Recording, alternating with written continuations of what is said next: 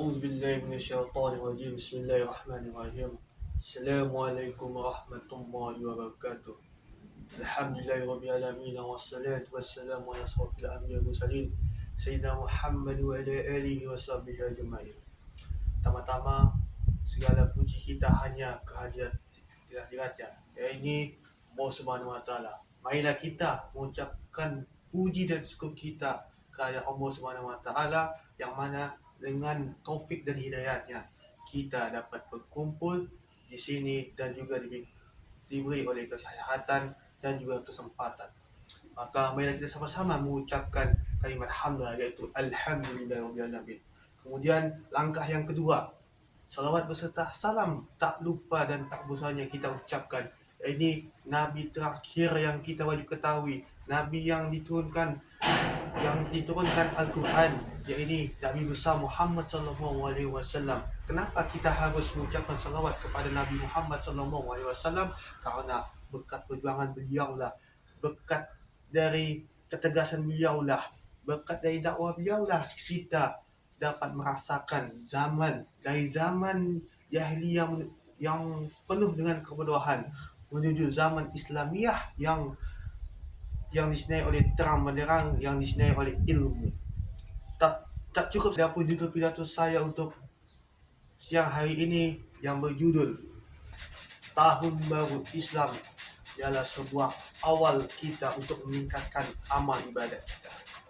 Perlu yang kita ketahui, saudara-saudara penonton sekalian, Tahun Baru Islam ini dimulai oleh 1 Muharram dan diakhiri oleh 12 Zulhijjah. Tahun Muharram dan sampai tahun Zulhijjah ini merupakan tahun kebanggaan bagi umat agama Islam. Kenapa? Karena tahun inilah Nabi kita, Nabi besar Muhammad sallallahu alaihi wasallam itu mulai berhijrah dari kota Makkah Al-Mukarramah menuju Madinah Al-Munawwarah. Maka turut banggalah kepada kita semua bahwasanya kita agama Islam mempunyai kalender tahun tersendiri. Di dalam bulan Muharram ini Nabi besar Muhammad SAW mengharamkan kita untuk sama berperang, termasuk perang antar saudara, perang antar agama, bahkan perang antar suku. Kenapa? Karena awal bulan Muharram ini marilah kita isi dengan amalan-amalan kita. Mari kita isi dengan lembaran-lembaran baru. Marilah kita isi dengan ibadah-ibadah kita. Terutama pada awal kita dalam melaksanakan ibadah itu, yaitu kuncinya hanya satu, yaitu solat. Solat hanya adalah 5 waktu, yaitu zuhur, asar, maghrib, isya sampai subuh. Di dalam amal ibadah yang 5 ini kita harus mengamalkannya tiap hari, karena itu merupakan fondasi awal kita, merupakan tiang kita dalam agama Islam ini. Jika kita meninggalkan 5 dari amal ibadah ini, maka runtuhlah atau tidak sempurnalah agama kita ini. Maka daripada itu, marilah saudara-saudaraku sekalian, kita tingkatkan solat kita yang dari sampai sekarang ini. Bahkan bagi saudara-saudara sekalian yang masih meninggalkan solat atau yang masih melupakan solat, segeralah mengqadanya atau menggantikannya, karena amalan yang pertama kali ditanya oleh Allah Subhanahu wa taala di akhirat tadi ialah solat, bukan dari jabatan kita, bukan dari keluarga kita, bukan dari harta kita, tapi hanya satu yang pertama kali yang ditanya, takwa yang kita ketahui, takwa yang kita butuhi, takwa yang kita pahami, yaitu jalan ketakwaan itu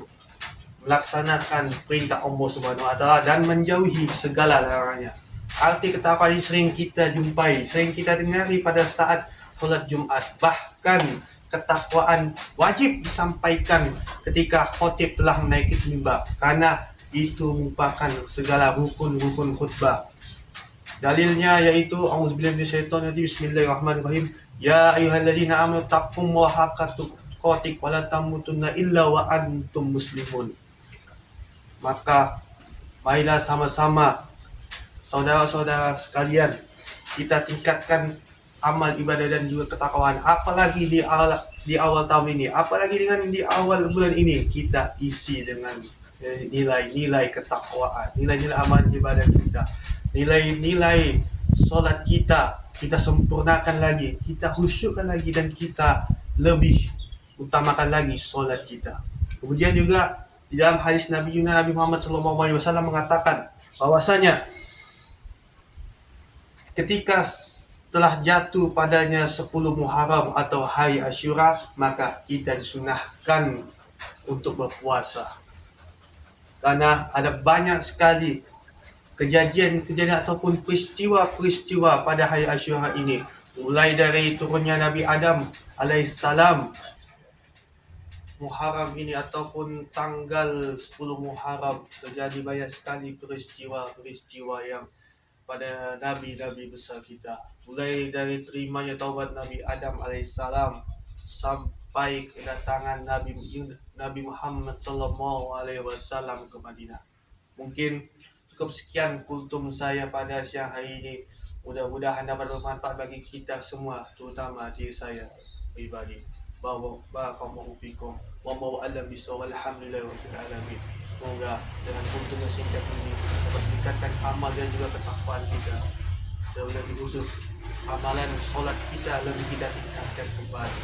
Karena dengan kita meningkatkan amal kita, insya-Allah taala kita dapat sebuah ketenangan di dunia dan di akhirat. Mungkin cukup sekian untuk saya. Terima kasih. Wabillahi taufiq wal hidayah. Assalamualaikum warahmatullahi wabarakatuh.